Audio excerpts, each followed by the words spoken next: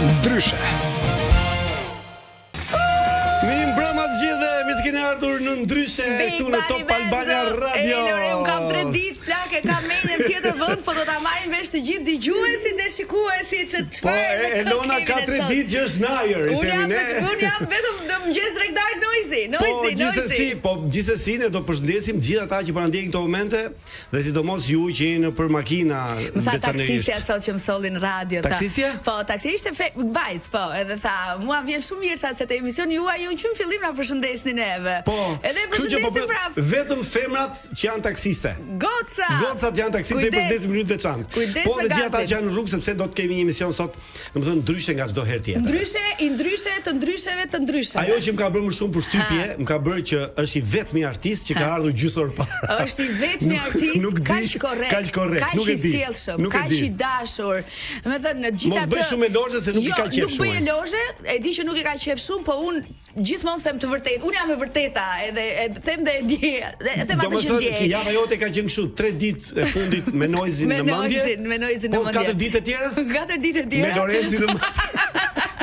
Zonja dhe zotrin, kemi kënaqësinë të prezantojmë dhe vetëm presim në radio absolutisht artistin më të mirë, referin më të mirë të hip-hopit, këngëtarin dhe aktorin i cili gjithmonë më tepër është lart të më lart me të gjitha veprat e tij. Elona Noizi, krye vepër thresim Noizi. Hajde Noizi. Ka lezet, më ja studio ndryshoj studio. Erdhi Noizi. Bëni ku. Jo, kemi duhet të kitem. Kemi duhet të kitem mikrofon. Welcome. Si je? Kështu shkon gjithmonë. Vëri kufjet një herë do dëgjosh mirë. O ti shef në cilësinë e kufjeve tash.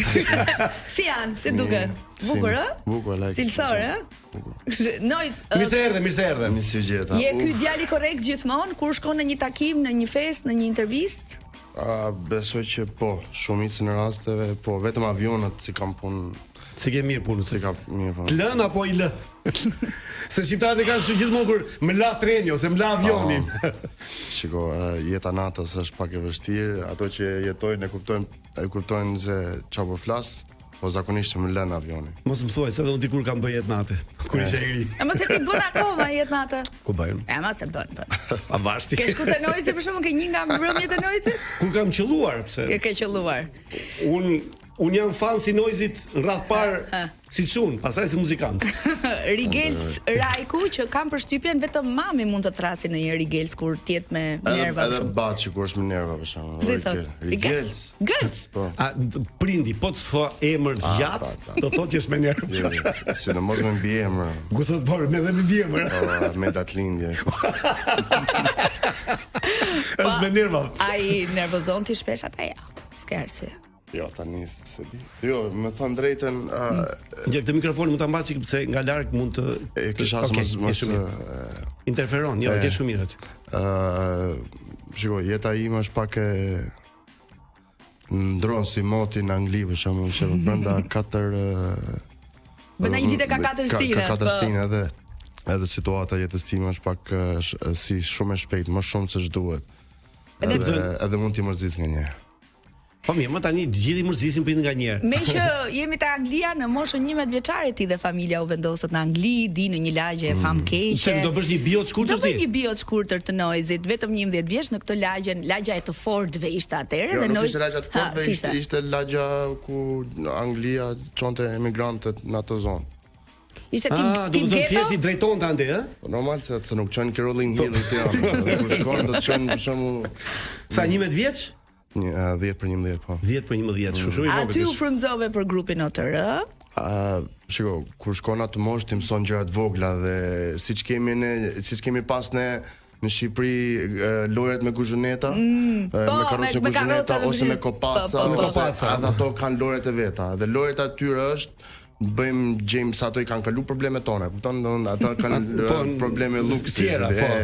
Çfarë emri di vën vetes, kush më përshtatet mua, nickname-i im. Kështu që ti superheroi im është ky, superheroi im është ai, e kupton? Ato janë kaluar me probleme të tjera. Dhe unë domethën pa dashje u përshtatet se 10 vjeç çfarë do bësh? Do përshtatesh ose do të thotë OTR-ja lindi atje. si çdo i vogël bënte, siç po thoja, emrin e grupit vet, emrin e vet, faktikisht. Mi po mu do t'i qenë funksionoj. Ti u bëre i rëndësishëm atje? Po, sepse për shembull në Angli, shqiptarët shokët e mi nuk kanë ardhur në moshën 10 vjeç. Edhe kur i tregojnë aty për grupe, për gjëra, për nickname,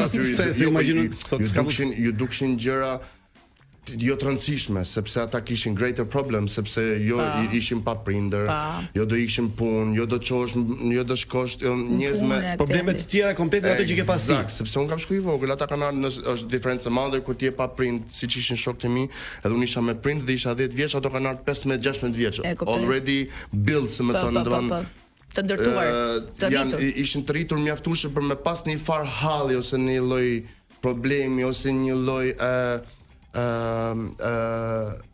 si ta quaj, një përgjësi, ta kish një lloj përgjësie. Një përgjësie, pse ishin pak në moshë, pavarësisht se ishin ke fundi adoleshencës.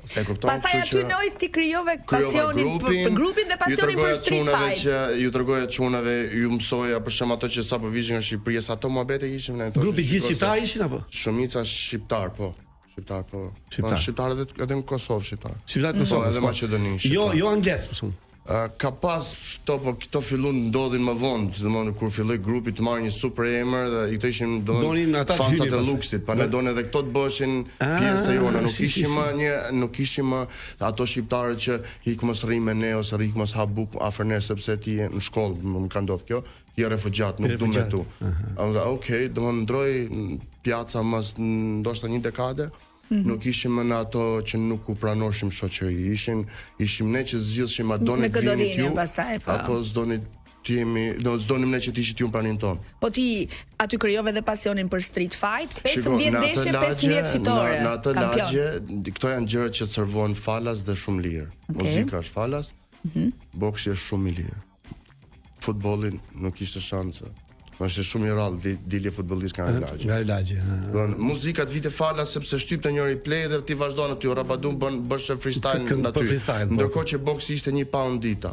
Domethënë ti shkosh 3 herë, po, ishte shumë i lirë. Domethënë ti si unë nuk për të servitur për fjalë? Për të servitur ke klubi im për shembull. Ashtu ishin gjithë. Ashtu ishin gjithë. 40 cent ishte ose 40 cent ishte ty në autobus. Biles kur shkova unë ishte edhe falas për kalamaj. Po kur fitoje, merrje kështu çmime të rëndësishme, pagesa të mira? Po, sigurisht, në atë moshë bëhet fjalë për 2005, 2006, shpërbleshe. Po shpërbleja, po ishte gjë e madhe me të. Pra mund të themi që Noizi ka filluar punë 11 vjeç. Jo, sepse street fightet e mia janë 16 vjeç. 16 vjeç pra atëherë ku tha ai. Mori një përgjegjësi, në atë moshë merrte një përgjegjësi, kishte një arsye. Ky fëmia Mistrec që kishte qef sportin luftarak, kam qenë në Shqipëri.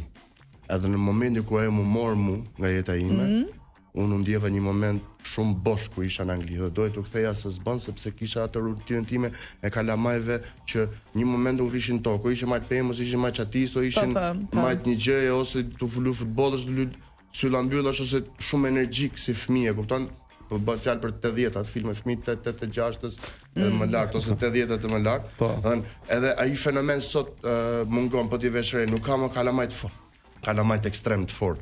Jo, janë shumë të qullu kalamajt, është vërtet kjo, po. Edhe mua ata më morën kur prindrit vendosën që të më çojnë të ikim gjithë bashkë në Angli, ajo disi më voll nga jeta ime, ajo rinia që unë sapo isha e Shqipërisë edhe më thon drejtëm kam munguar shumë sa që shumë herë kam qaj.